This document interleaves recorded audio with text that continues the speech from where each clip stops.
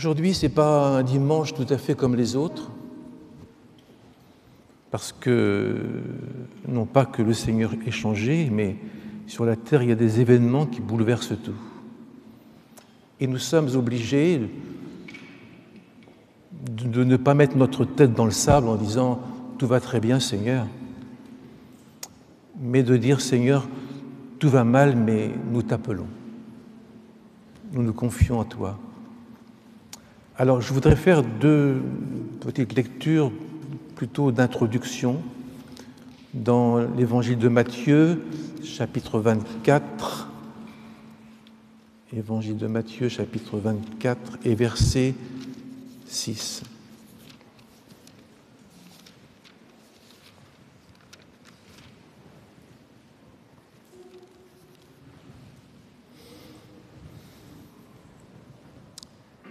Matthieu 24, 6. Vous entendrez parler de guerre et de bruit de guerre. Gardez-vous d'être troublés, car il faut que ces choses arrivent, mais ce ne sera pas encore la fin.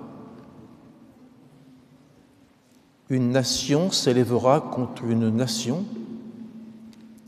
et un royaume contre un royaume. Et il y aura en divers lieux des famines et des tremblements de terre. Tout cela ne sera que le commencement des douleurs. Alors on vous livrera au tourment et on vous fera mourir et vous serez haïs de tous à cause de mon nom. Et puis, j'aimerais lire avec vous dans l'Apocalypse, chapitre 2, Apocalypse 2, verset 8. Écrit à l'ange de l'église de Smyrne. C'est le Seigneur qui parle, Jésus-Christ, notre Seigneur. Il parle à l'apôtre Jean pour que Jean transmette un message aux premières églises qui subissaient des persécutions, des épreuves, un message à toutes les églises d'hier et d'aujourd'hui et de demain. Apocalypse 8, verset 1er, écrit à l'ange de l'église de Smyrne, c'est en Turquie. Voici ce que dit le premier et le dernier, celui qui était mort et qui est revenu à la vie. Je connais ton affliction et ta pauvreté, bien que tu sois riche, et les calomnies de la part de ceux qui se disent juifs et ne le sont pas, mais qui sont une synagogue de Satan. Ne crains pas ce que tu vas souffrir. Voici, le diable jettera quelques-uns d'entre vous en prison, afin que vous soyez éprouvés, et vous aurez une tribulation de 10 jours. Sois fidèle jusqu'à la mort, et je te donnerai la couronne de vie. Que celui qui a des oreilles entende ce que l'Esprit dit aux églises. Celui qui vaincra n'aura pas à souffrir la seconde mort. Amen. Frères et sœurs, chers amis qui êtes là peut-être pour l'une des premières fois, petits et les grands, la guerre est de retour en Europe, vous le savez. Je ne vais pas vous raconter l'actualité. Vous aurez ça ce matin, cet après-midi, ce soir chez vous, à la télévision, à la radio. Mais il y a eu un coup d'épée de donner dans le monde. Un chaos comme nous n'avions jamais eu depuis la Deuxième Guerre mondiale, à part les Balkans. Et cette guerre absolument ignoble dont on ne voit pas le bout, on ne sait pas comment ça va finir. Cette guerre pour moi, c'est un coup de trompette aussi de Dieu. Dieu, ce n'est pas lui qui veut la guerre, bien sûr. Ce n'est pas Dieu qui déclenche les conflits, mais à travers ce temps difficile, c'est une trompette de Dieu qui nous envoie un message. Attention. C'est pour ça que ce matin, je pense que si je suis bien dans le temps que je vis avec vous, je ne peux pas vous parler ce matin des agrafes du tabernacle. Il faut que je parle ce matin des temps que vous vivez avec moi. On voit ça de loin, mais quand même. Déjà depuis quelques mois, en voyant l'épidémie du Covid, je me suis dit, bon, ça va se terminer. Enfin, je me suis dit, en priant, Seigneur, qu'y aura-t-il après? Parce que des temps d'Apocalypse ont commencé et il y aura des famines, des pestes, des tremblements de terre, réchauffement climatique, des guerres, des violences. Dieu nous envoie un message depuis cette semaine. Que dit l'Esprit aux églises? Vous entendrez parler de guerre et de bruit de guerre, gardez-vous d'être troublés. Si le Seigneur nous dit ça, c'est parce que on risque d'être troublés. Mais il ne faut pas que ça gêne notre vie d'église, notre vie spirituelle, notre relation avec Dieu. Que personne ne dise « il n'y a pas de Dieu », ce serait un petit peu de la folie, mais enfin. Il faut que ces choses arrivent et ce ne sera pas encore la fin. Mais depuis des milliers d'années, la guerre est sur la terre.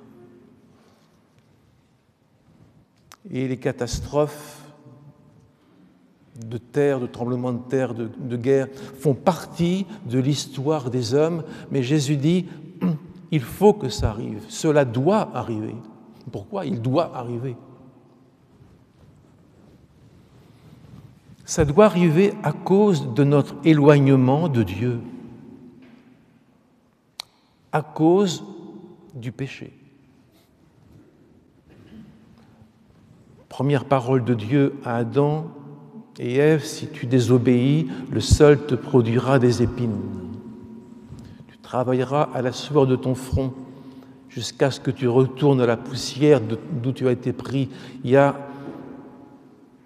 un jugement sur le péché, parce que le péché, c'est semer de l'ivresse, de l'ivraie, de la folie, et finalement, on récolte ce qu'on sème. Donc ces catastrophes que nous vivons et qui ne sont pas terminées font partie de l'histoire des hommes. À cause de notre éloignement de Dieu, nous en récoltons les fruits très amers. Et le diable est animé d'une grande colère contre toute l'humanité, contre les églises, qu'il veut perdre dans toutes sortes de fantaisies et de péchés et d'infidélité à la loi de Dieu, au projet de Dieu. Mais quand même, la guerre, je vous parle de cœur à cœur, là. La guerre est une injure à Dieu. La guerre, c'est la honte des peuples, dit la Bible. C'est la honte des peuples. Comment l'humanité peut-elle en être arrivée là, à détruire le prochain, l'enfant, la femme, le vieillard? Mais ce ne sera pas encore la fin, dit le Seigneur. C'est Dieu qui mettra le point final à l'histoire des hommes, Dieu lui-même, quand le Seigneur paraîtra sur les nuées du ciel à son avènement. Il y aura un point, pas la fin du monde là, mais il y aura un point final à cette histoire de détresse, de souffrance. Mais en lisant la Bible, il y a quand même une espérance. Il arrivera, Ésaïe chapitre 2, il arrivera dans la suite des temps, vers la fin des temps, de leurs épées, les hommes se feront des socs de charrues, des instruments agricoles. Ça, c'est préférable. Avec leurs lances, ils se feront des faucilles. Un pays n'attaquera plus jamais un autre pays. Les hommes ne s'entraîneront plus pour faire la guerre. Moi, je prends ça comme la plus belle espérance sur la terre où on se bat depuis tellement de milliers d'années. Et ce temps-là où on n'apprend plus la guerre, c'est le temps de Jésus-Christ avec nous, où il fera que le loup et l'agneau mangent et jouent ensemble. Alors depuis Abel et Caïn, Caïn a tué la moitié de l'humanité, parce qu'il y avait que 2 frères. La moitié est déjà disparue. Abel. Depuis Abel et Caïn, il y a une blessure satanique contre l'image de Dieu. L'image de Dieu, c'est nous. C'est l'être humain. Quelle que soit son âge, sa race, sa langue, quelle que soit sa religion même. L'image de Dieu, c'est l'être humain. Et je rajoute, avec la Bible, pour lequel Christ est mort. En touchant aux âmes, aux femmes, aux enfants, on touche au cœur de Dieu. Il y a parmi nous des Haïtiens, et vous savez, vous avez eu votre dose de souffrance et de détresse, d'inquiétude. Enfin, il y a quand même dans la Bible quelque chose qui me réjouit, c'est que le premier païen à entrer dans l'Église du Christ, c'est un étranger, un Romain, un soldat qui était là pour dominer sur la Judée, Israël. Et ce Romain, ce soldat, cet étranger, il s'appelle Corneille. Et c'est lui que le Seigneur a été chercher avec l'apôtre Pierre pour en faire un exemple, un témoignage. Mais quand même, je peux passer, excusez-moi, du coq à l'âne, mais quelle catastrophe. Un seul pécheur, dit l'Ecclésiaste, détruit beaucoup de biens, beaucoup de biens. En une journée, mercredi dernier, la vie de tellement d'hommes, de femmes du monde a été changée. Des centaines de milliers, on pense qu'il y en aura 5 ou 10 millions, je ne sais pas, se retrouvent réfugiés sur les routes. Plus grand déplacement pratiquement de l'histoire. Que devons-nous faire? Je vais vous lire après une lettre que j'ai reçue du président des églises pentecôtistes d'Ukraine. Que devons-nous faire? Pleurer avec ces gens qui partent et qui ne reverront plus leur terre, leur village, peut-être leur famille. Pleurer avec les églises qui sont tétanisées, paralysées, qui prennent de plein fouet cette vague de détresse et de violence. Ce que nous devons faire, je parle à moi aussi en premier peut-être, intercéder en faveur de l'Ukraine, quel qu'a été son passé, qui n'a pas toujours été parfait, pendant la Deuxième Guerre mondiale, mais intercéder en faveur de ce pays et de l'Europe, que l'Europe est visée. L'Europe, c'est vous, c'est moi, c'est Rennes, c'est tout le monde. J'ai lu les passages de Jérémie qui a connu ces moments difficiles, des invasions, et Jérémie demandait d'intercéder en faveur de ce peuple, d'élever des supplications et des prières, car Dieu seul peut faire quelque chose. Devant la mer Rouge et le Pharaon, Dieu seul pouvait faire quelque chose. Personne ne pouvait rien faire pour le peuple d'Israël.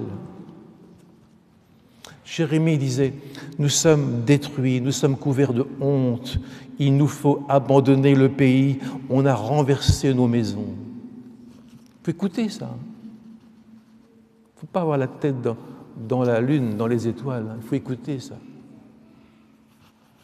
Alors, je vais dire quelques mots, ce sera mon message de ce matin. Quelle leçon pour nous?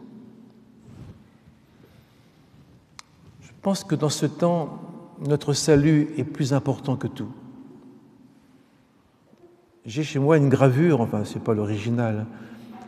Quand Varsovie, en Pologne, a été bombardée pendant la guerre mondiale, il y avait un dessin là d'un juif qui partait de Varsovie, qui était en feu. Ils ont beaucoup souffert avec la Torah, la Bible, sous les bras. Que devons-nous faire? Il faut travailler à notre salut, être digne de l'Évangile au travers des tribulations, irréprochable dans notre sainteté sexuelle, en parole, de cœur, de pensée, irréprochable. Dans notre fidélité, irréprochable dans notre comportement vis-à-vis des autres. Devant Dieu, irréprochable. Dieu seul voit ce que nous faisons en secret. Irréprochable parce que le jour de l'avènement du Christ arrive très bientôt. Voilà. Avec tous ses saints. Être prêt, pas à mourir, à s'éteindre comme une bougie, mais à paraître debout devant le Fils de l'homme, Jésus, quand il apparaîtra du ciel avec les anges de sa puissance, au milieu d'une flamme de feu. Ça, c'est écrit dans l'Épître aux Thessaloniciens. Il faut avoir conscience du temps présent, il ne faut pas perdre de temps, il ne faut pas s'amuser, il ne faut pas se faire la guerre, il ne faut pas se tromper. Parce que le Seigneur paraîtra sur les nuées du ciel et nous partirons avec lui et nous serons toujours avec le Seigneur. Il faut que j'ai conscience du temps présent pour consoler, avertir, édifier. Il n'y a pas très longtemps, quelques dizaines d'années, il y a eu en Irlande c'est tout près de chez vous, au bout de la route si on passe, l'Irlande, à côté de l'Angleterre, il y a eu une guerre, une immense famine, où les gens mangeaient des enfants morts.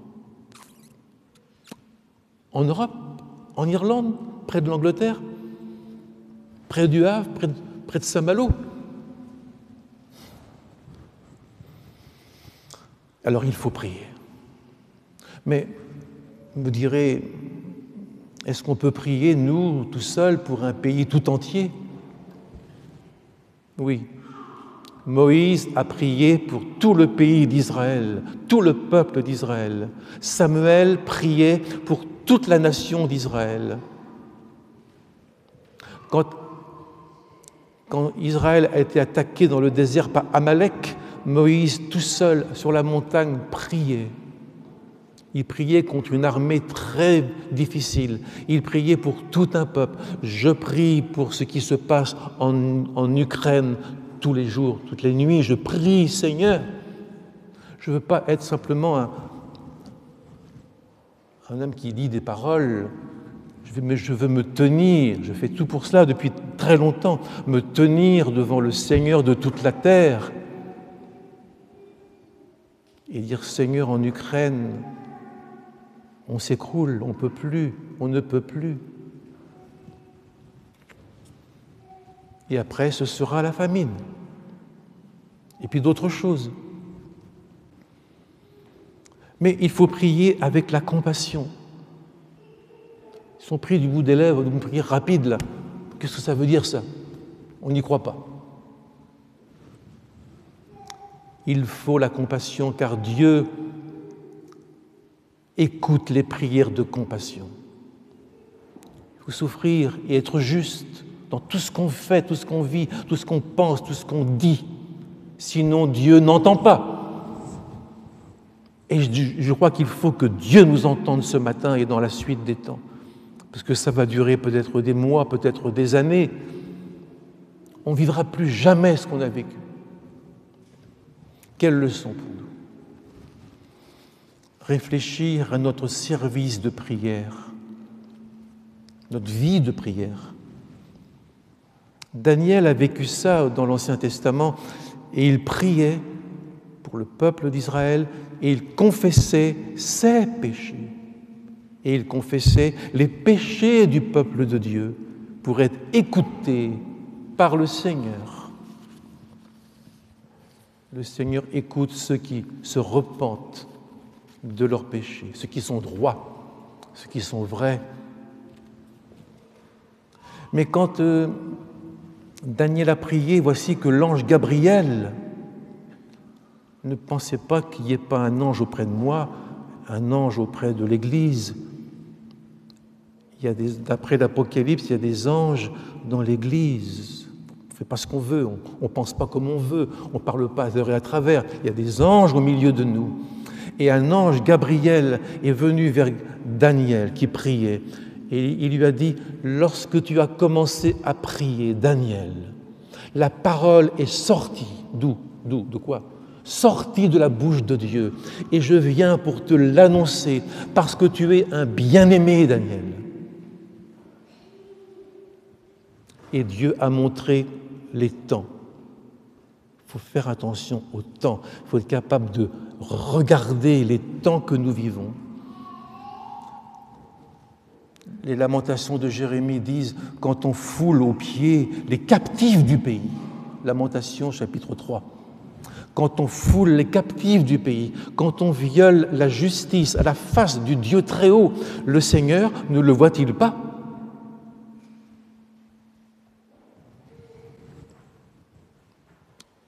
Il voit la désolation en Ukraine ce matin. Le Seigneur ne le voit-il pas? Alors, il ne faut pas se plaindre. Il y a un texte dans les Lamentations. Pourquoi l'homme vivant se plaindrait-il? Que chacun se plaigne de ses propres péchés. Pourquoi l'homme se plaindrait-il? Que chacun se plaigne de ses propres péchés. Voilà, ça, il faut se plaindre de ça. À Dieu.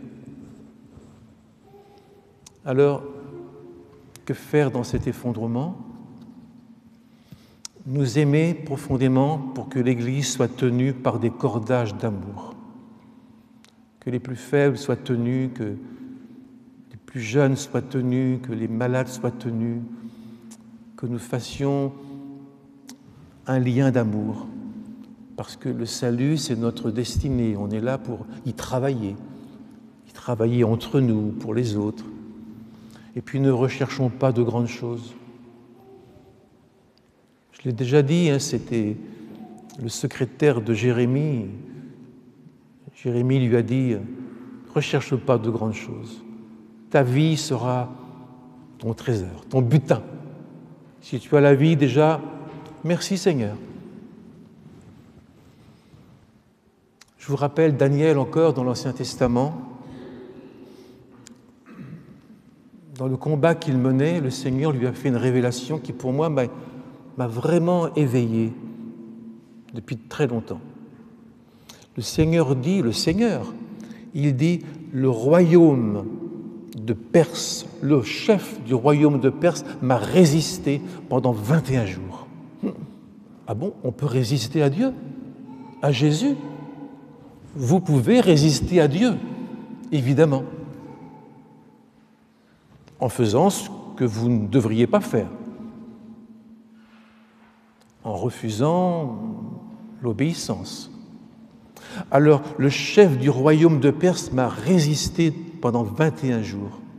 Donc, il y avait une guerre dans les cieux entre le Seigneur et quelqu'un sur la terre, un roi qui résistait à Dieu. Mais, ajoute le Seigneur, mais Michael, un des principaux chefs, l'archange, est venu à mon secours. Ah bon? On peut venir au secours du Seigneur? Je crois que si vous faites les choses bien, en parole et en acte, je pense que vous allez venir au secours de tous les anges et de toute l'Église qui a besoin. Frères et sœurs, que Dieu nous aide.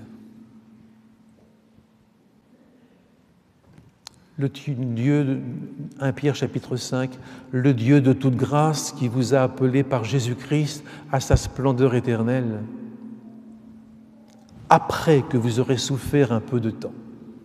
Ça semble toujours long, mais enfin, un peu de temps, vous perfectionnera, vous rendra fort, inébranlable. Je vous parle de manière un peu souple. Que la parole du Seigneur ne s'éloigne pas de vos maisons et de vos cœurs. Lisez-la tous les jours. Lisez-la sans cesse pour être bien dans la lumière de l'Évangile. Priez sans cesse. Amenez dans votre prière vos enfants. Amenez vos parents, vos familles. Priez avec eux quand c'est possible. Que les couples se réconcilient profondément et qu'ils s'encouragent. Non, chérie, ce matin, on ne va pas passer notre dimanche encore au lit une fois de plus. Allez, on s'encourage, on va au culte, on amène les enfants, on les prépare. Parce que Dieu va arriver très bientôt. Et que la jeunesse soit bien au clair sur les péchés de plaisir, de sexe, etc., qu'elle soit bien au clair et qu'elle sache aussi ce que veut dire mourir. C'est paraître devant le Christ.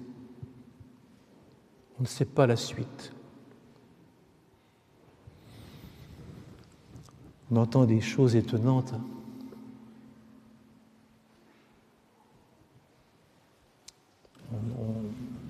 On envoie des armes en Ukraine, des armes. Des millions d'armes. Pourtant, ce n'est pas par là que la fin va venir, c'est plutôt du côté d'Israël, mais on envoie quand même des armes et ça va répliquer. Et ça, Seigneur, garde-nous, Seigneur, Seigneur, il y aura des répliques, ça ne va pas plaire à tout le monde, et à quelqu'un surtout. Alors que les couples s'entendent bien, que nous puissions renouer avec la fidélité à l'Église, que les familles soient paisibles au cœur de nos prières, que les malades ne soient jamais oubliés, que les personnes seules ne soient pas oubliées, que les personnes âgées soient toujours tenues par nos prières, notre amitié, nos paroles, qu'on soit vrai, qu'on soit juste, qu'on soit un, parce qu'il faut maintenant refaire du lien entre nous. Ce qui se passe là, c'est une grande épreuve pour l'Église d'Ukraine, mais c'est une épreuve pour toutes les églises du monde. Parce qu'à travers cette histoire, cette débandade, cette casse, je crois qu'il y a un combat spirituel et que les démons sont à l'œuvre. Les démons sont à l'œuvre. C'est un combat de fin du monde. Nous n'avons pas le droit de dormir. Je prie le Seigneur. Et rappelez-vous la parole de l'Apocalypse, ne crains pas ce que tu vas souffrir. Tu vas connaître des moments durs, mais ta crainte, c'est surtout la crainte de Dieu. Voilà, il faut que tu le respectes.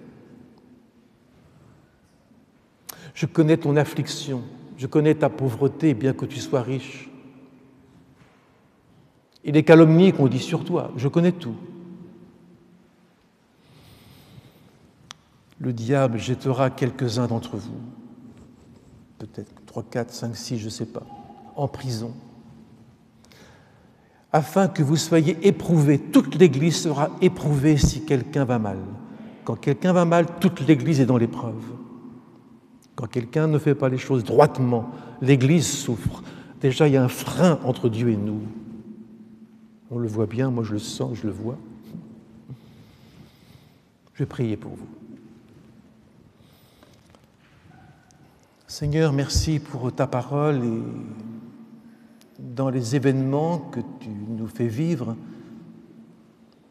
nous voulons nous montrer dignes de l'Évangile, nous aimer fortement les uns les autres, renoncer au mal. Nous voulons, Seigneur, vraiment renouer avec toi chaque jour, prière, étude, parole de Dieu, engagement, réconciliation avec Dieu. Nous voulons vivre ces temps difficiles avec toi. Amen.